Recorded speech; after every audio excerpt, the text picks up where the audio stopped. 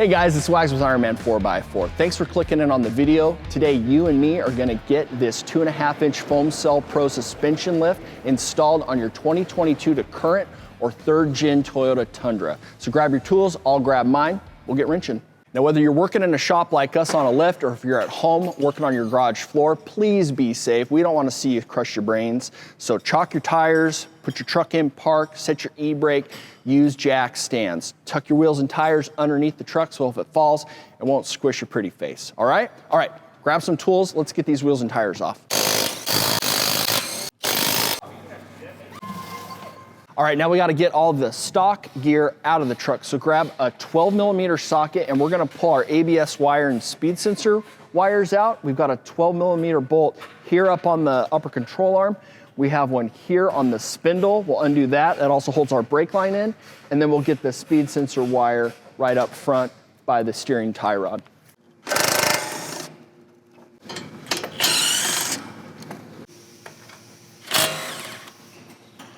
Let's get our sway bar unhooked, and don't forget, you gotta do both sides to free the sway bar. So grab a 19mm socket, we'll zip this guy off right here.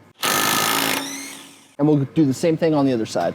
Now our truck has the TRD skid plate on it. I don't think we need to take it off. It shouldn't get in our way to free up this sway bar. I'm gonna grab a 17mm socket on a little bit of an extension so we can get here and here. And when I take these off, I like to loosen them a little bit at a time because I don't want to drop this entire bracket out. I just want it to hang.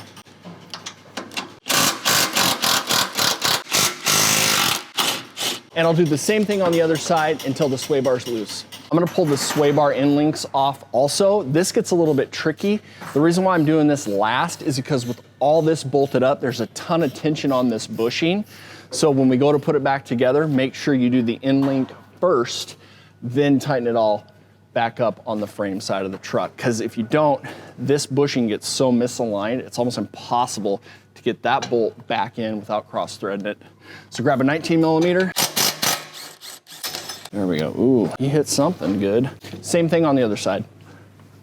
All right, I'm gonna pry this sway bar end link out by pushing back and prying forward. All right, end links are unhooked, sway bar's loose. It'll allow our suspension to articulate down because we're gonna drop this lower control arm out. I'm gonna put that right back there, then I don't lose it or forget where it goes. All right, now we're gonna unhook the steering tie rod, and to do that, we're gonna grab ourselves a pair of pliers. We wanna get this cotter pin out of the top of that castle nut. So once you get it, you wanna bend it back. And if you've got a new cotter pin, great. If you don't tear this one up because you're going to need it. All right, now we gotta get this castle nut off. It's a 24. So we'll get that undone. Now, I backed it off. I'm gonna spin it a few threads back on because we have to separate the ball joint out of this. So we're gonna smack here with the sledge. It'll pop it loose. The castle nut will keep it from just falling out of the bottom.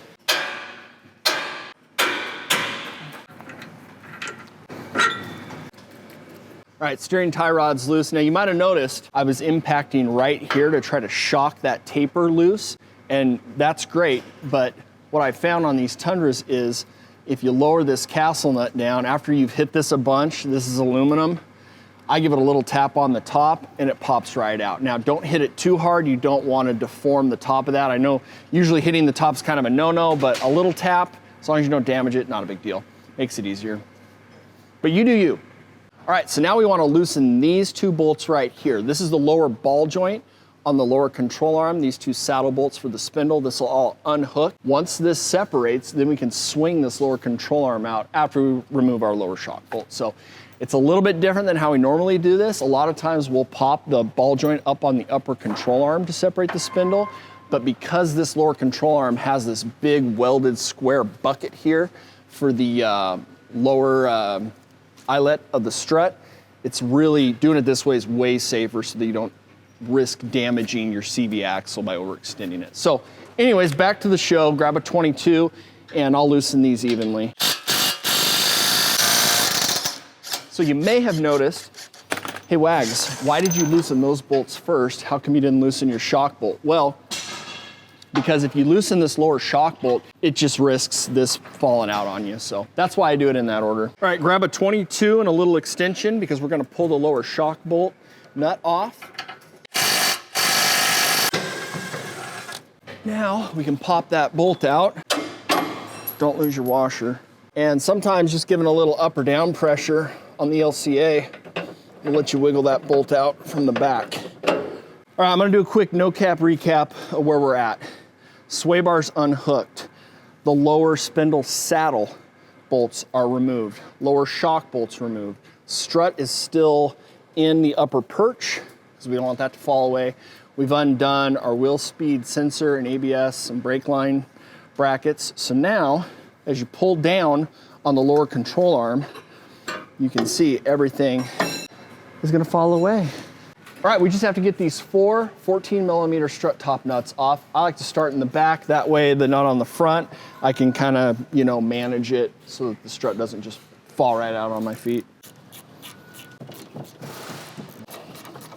So I like to loosen that one up about halfway. Then I grab the bottom of the strut, push up. I can unscrew the rest of it with my finger. And then as we drop this down, if you're doing it by yourself, you can swing the tie rod out of the way, swing the spindle back, and drop that right out. All right, I got this super beefy Foam Cell Pro coil over strut all ready to go in the front of the truck. Make sure that you look on the box because these are going to be labeled driver and passenger specific. You can see on the strut top, it's got this little rubber nub that is going to face out towards the wheel well, and these 2 little holes on the strut top face towards the right. All right, I've got a strut top nut in my hand. If you're doing this by yourself, you want to kind of feed it down, and once you get it to drop in, you can kind of push that spindle out of your way. And then with my left hand, I'm holding the bottom, lining up the strut top studs. They go up, and I'll spin a nut on with my finger, and then you can let it hang. So Ironman 4x4 includes strut top nuts. If you want to use them, great. I always like to kind of reuse the OEM hardware though, so I'm going to use the OEM Toyota nuts. All right, I spin my strut top nuts on just a little bit. I'm not going to tighten them down. I want my strut to have some adjustability, be able to move it around so I can get it in the lower control arm bucket as we bring everything up and tie it back together. All right, let's grab the lower control arm, swing it up into place. You might have to pull your spindle out of the way. We'll push that strut so it goes right into the bucket. Then I'm going to take this shock bolt, and then as you kind of wiggle everything around, you're looking to find that hole in the lower bushing, push the shock bolt through. We'll throw our washer on, and we will spin that nut on just finger tight. All right, we're not going to tighten down the lower shock bolt because don't forget, you want to tighten any flexible suspension component when the truck is on the ground under its normal ride height so that you don't cause premature wear on your rubber bushings. All right, now we're going to get this lower spindle saddle bolts that we unhooked by the lower ball joint back in. To do this, make sure that your sway bar end link isn't hanging down out of the way like this or something, because you'll never get it back in place. So make sure that's kind of setting up here and ready to go. If you've got a friend, ask them to help you, because what you're trying to do is we want to pull the rotor away, and then we've got to get this to all line up and pull back in. So sometimes it takes some messing with. You can also, if you're doing it by yourself, you can use a ratchet strap up over your upper control arm and down underneath the lower control arm and kind of pull everything together. That helps too.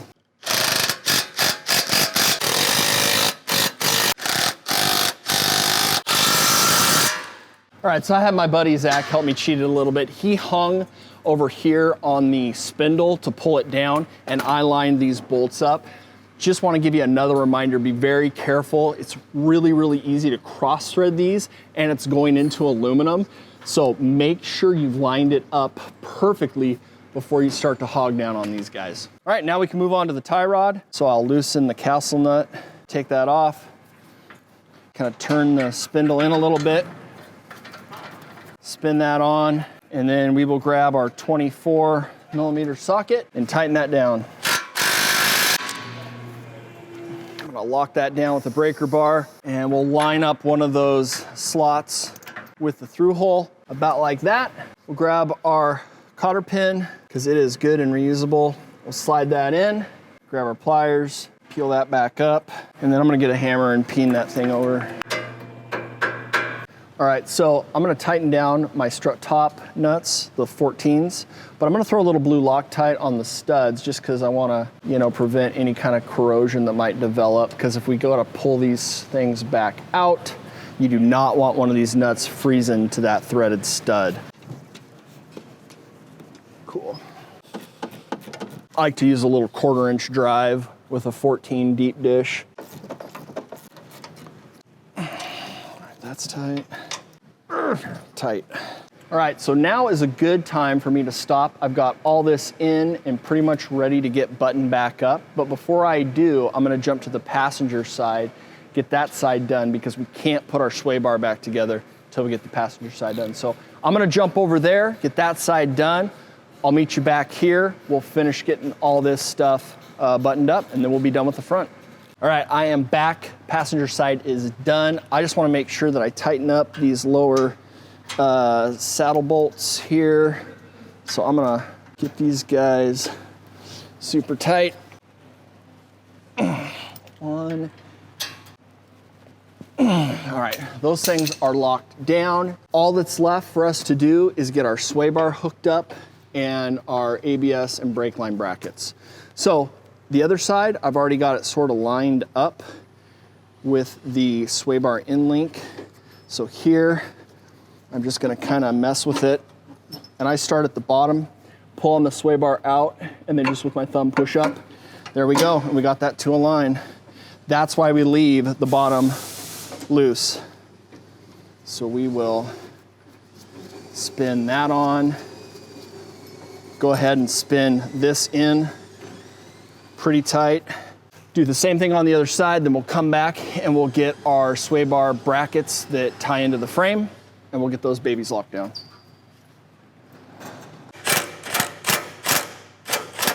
Okay, that's getting pretty tight. Another trick I like to do is when I'm putting the sway bar back on, I don't want to overstress any one bolt, so I try to tighten them just a little bit at a time. This bracket that goes to the frame, front and rear, I try to slowly do both of those, and then the top of the link and the bottom of the link. If you lock everything down out here, it puts a lot of stress here and vice versa. So if you just kind of sequentially go a little bit at a time on the driver and the passenger side, it'll just save your bolts. I've noticed it keeps them from stripping out. I'm gonna grab a 17 and start to lock these guys back down. See, and then I can kind of feel it getting tight, so I'll switch.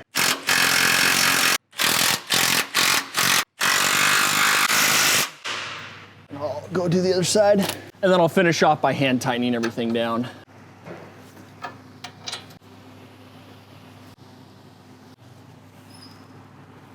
All right, last thing to do is to get our ABS and brake lines brackets all put back on. So I like to tighten those down by hand. So grab a 12mm wrench or socket, and we will get that tightened down.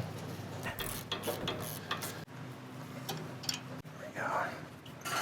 we go. And last one up top. All right, that is it. I did the same thing on the other side, which means we are done with the front. So I'm gonna get the wheels back on the front. We'll lower down the truck, and I'll meet you there at the back. We'll get that all ripped out. So I got the rig turned around, back on the left. Let's attack the back of this truck. Let's get our wheels and tires pulled off. That is gonna be step one. All right, wheels and tires are off on the back. Before we get to doing any real work, do not forget, you always want to unhook your electronics and your brake lines. So there is a 12mm bolt right here on this bracket. Now we're on the rear passenger side of the truck, the rear right side. We're gonna do this one here. There's also one over on the rear driver's side, and then there's a third bracket that's in the middle of the truck. We'll get it higher up into the air to get that one pulled down. If you pull your shocks apart now, the back end of this 5-link's gonna droop down, and it could put a lot of extra tension, possibly even break something. So do your brake lines first, always.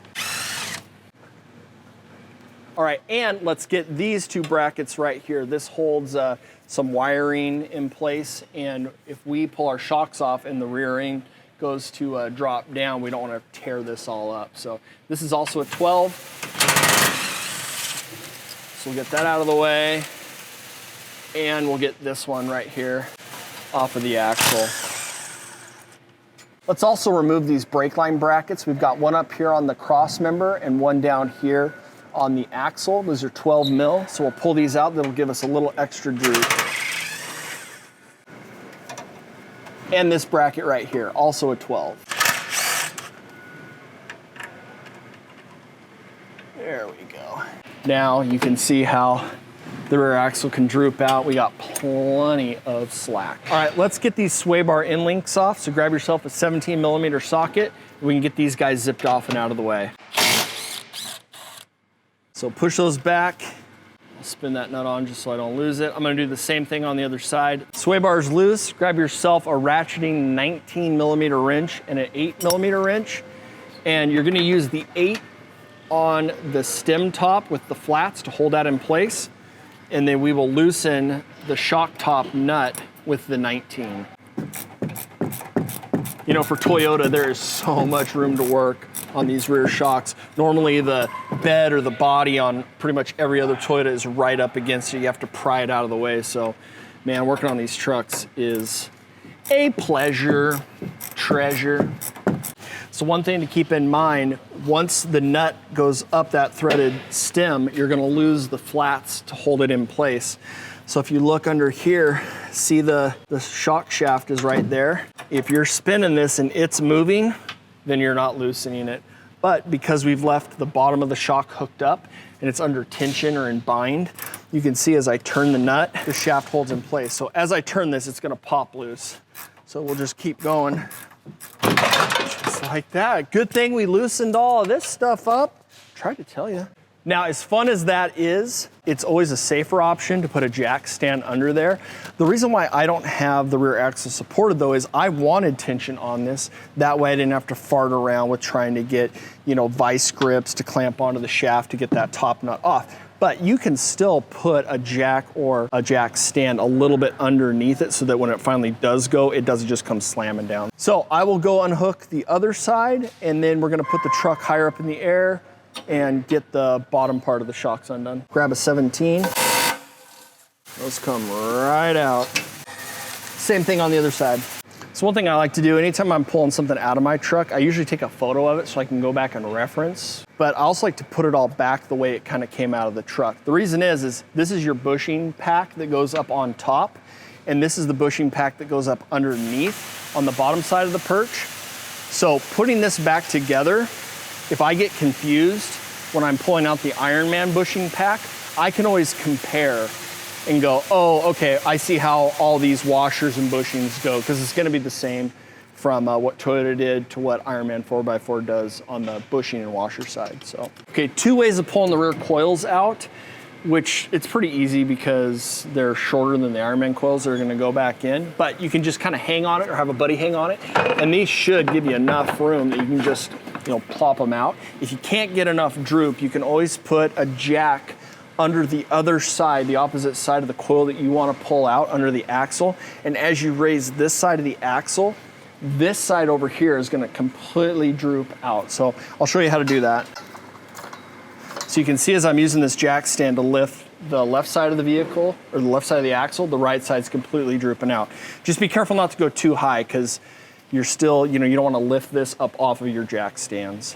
And now that this side's down, I mean, that just pops right out like that. Cool. And this cone is well, it's dual purpose. It's an isolator, but it's also a secondary bump stop. So we're gonna reuse this. So we'll set these aside and we'll get the other side out. It's also worth mentioning that the rear passenger side is always gonna be harder to get that coil out because of the geometry of the panhard bar. The panhard connects to the axle on the right-hand side of the truck and it connects to the frame on the driver's side. So you're gonna get way more articulation over on the driver's side. And I mean, this one just pulls out on its own. All right, so Toyota includes these little pigtail saver isolators on the end of their coils. So I'm gonna reuse them on our Ironman coils. And they've got a little bit of adhesive on the inside, but they peel right out. So I just start on the end and work my way around. And we'll get those pulled off. And then I start on the pigtail end, and then we'll just open them up on the split and work our way around. Now Ironman 4x4 for this gen Tundra, the rear coils are the same height, so they're not driver passenger specific. Either one can go on either side, so you don't have to worry about that. You can also tell with the part number here, if these had a DS or an NS at the end of them, then they would be specific. And the safe bet is to take these coils and lay them on a flat surface. You can spin the pigtails so that they're right by each other. And if you lay a straight edge or a level across them and they're the same height, then you're good to go.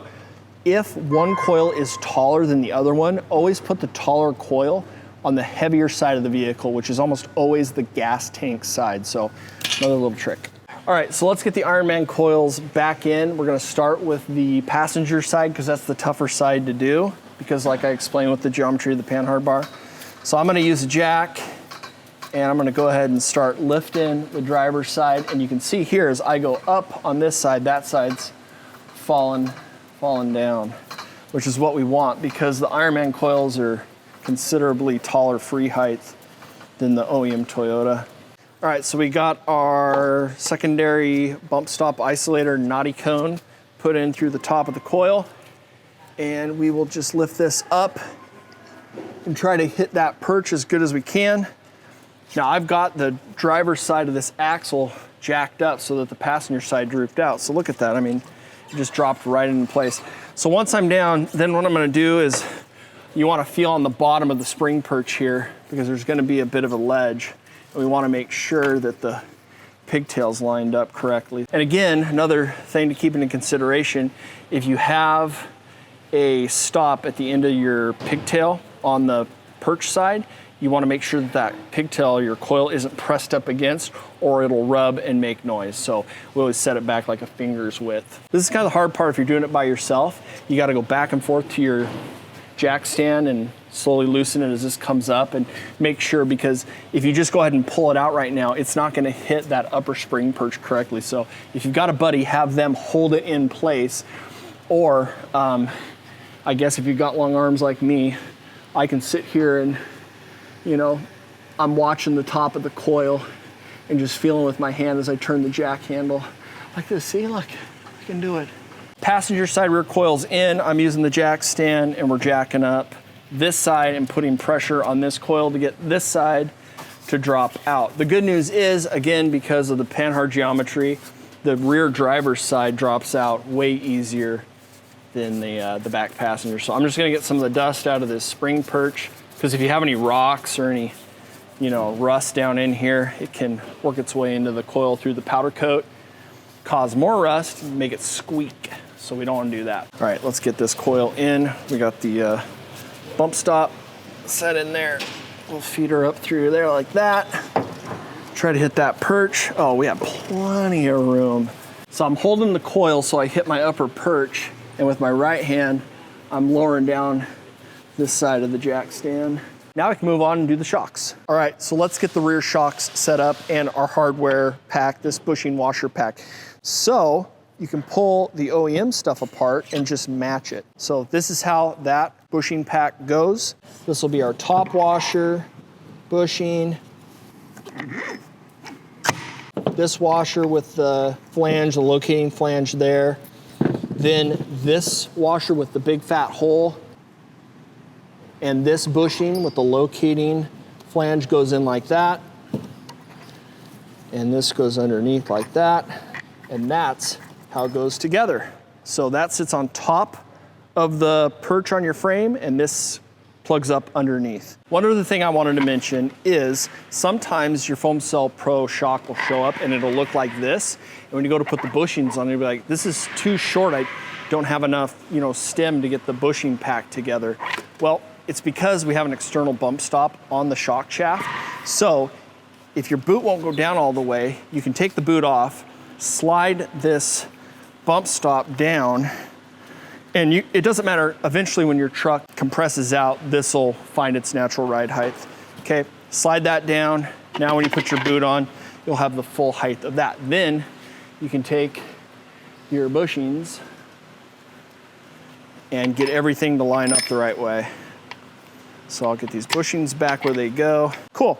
Now, what's neat about Foam Cell Pro is because it doesn't have a high nitrogen charge, these shocks are naturally buoyant, which means they're not under pressure. So this isn't gonna, there's no band to pop, and these things aren't gonna be in full extension. So you can actually pack them down, which makes it easy for install. I like to start with the top because the geometry of the upper shock perch, as your truck flexes out, your shock actually articulates like this. So I like to install the top so I can put it at a true 90 degrees to the shock perch and then get all my bushings tightened down. And then we can extend the bottom and hook that up. And if it flexes and moves, we know that everything's tightened. So I'll grab my 8mm wrench to grab the flats. I'll grab a 21mm ratcheting wrench for the nut. And then you can see here now, everything is compacted evenly. Then we can extend the bottom of the shock like this. Also, take note, there's a sticker right here that says that this eyelet is welded to the shock body, not in the center, it's actually offset. See? Eyelet's actually welded back. That's to give you clearance because the shock body's so large. If you try to fit it on this way, it won't go on. The shock body will hit right here on the mount. So you're gonna wanna twist it to have that sticker facing forward. See, like that? Stretch it down. And once it's fully extended, then what you can do is grab the axle, lift it up just a little bit, and hook it on there. And then once it's hooked up, we can go get a dead blow and hammer that thing on.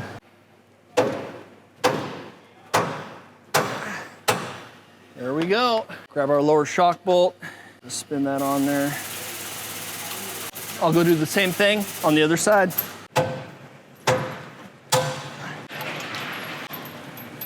Shocks are in and ready to go. I'm gonna lock these down. Again, you can lock these lower shock bolts down when the truck's in the air because this bushing flexes this way and not that way. So whether you tighten it in the air or on the ground, there's no difference. All right, let's get this rear sway bar in link hooked back up. And that's gonna be a 17. All right, same thing on the other side. All right, let's get these brake line brackets hooked back up. And they are 12 mils. We'll get this one down here. The bolt goes in between the two lines, just like that. All right, let's get this electrical wire for our diff lock. Get this bracket hooked back up. Also 12, and we'll do the brackets that hooks down on the pumpkin side. Cool, that's hooked back up. And now we can do our brake lines out on the sides. All right, we'll get that plugged back in place. Also a 12. And we'll go get the one on the driver's side. All right, let's do a WAGS no cap recap, just to make sure we didn't miss anything. Top of the shock. The bushing pack is put together correctly. It's tightened on the top, it's locked down. Sway bar in link, 17, locked down. Lower shock bolt is already tightened. We can do that because of the way this articulates. We've got brake line bracket. This number 12 is tightened down. We've got OEM coil isolator, pigtail isolator, little protector here, it's on. Our secondary bump stop is in place. Coil and the isolator are positioned properly, so that's not gonna wiggle around on us. Working our way in, we've got our electric cable for the diff lock. That bracket is back in, top and bottom. Their number 12s are locked down. Brake lines, this bracket is in with a 12 and locked down. Frame side is in, locked down. This brake line bracket with the number 12 is in. Awesome, thanks for sticking with us through the video. I know these things take a little while, but we want to be extra thorough, and that's what they're for. Let's get this thing lowered down. I'll get the wheels and tires bolted back on. We can get them torqued down, get it on the alignment rack, and then we're done.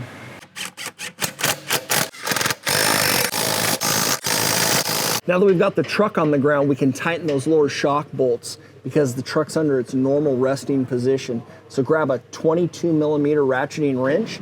It's a little tough. You got to get up in here behind the sway bar, and then we can lock this down. Also make sure when you're working on the front of that nut that the bolt's not twisting. But usually you don't have to put a wrench on the bolt side because the nut will tighten down and the bolt will hold on its own. All right, get both sides and then you can go get an alignment. All right guys, install's done, truck's on the ground. It looks great and I'm so stoked to have real long travel performance suspension that you can really use. It's so much better than just a spacer kit where you lose all that down travel. We can actually use all of our suspension that we paid for on our truck. If you've got questions or want to reach out and pick up this suspension kit for your truck, go to Ironman 4x4America.com. We'll help you over there.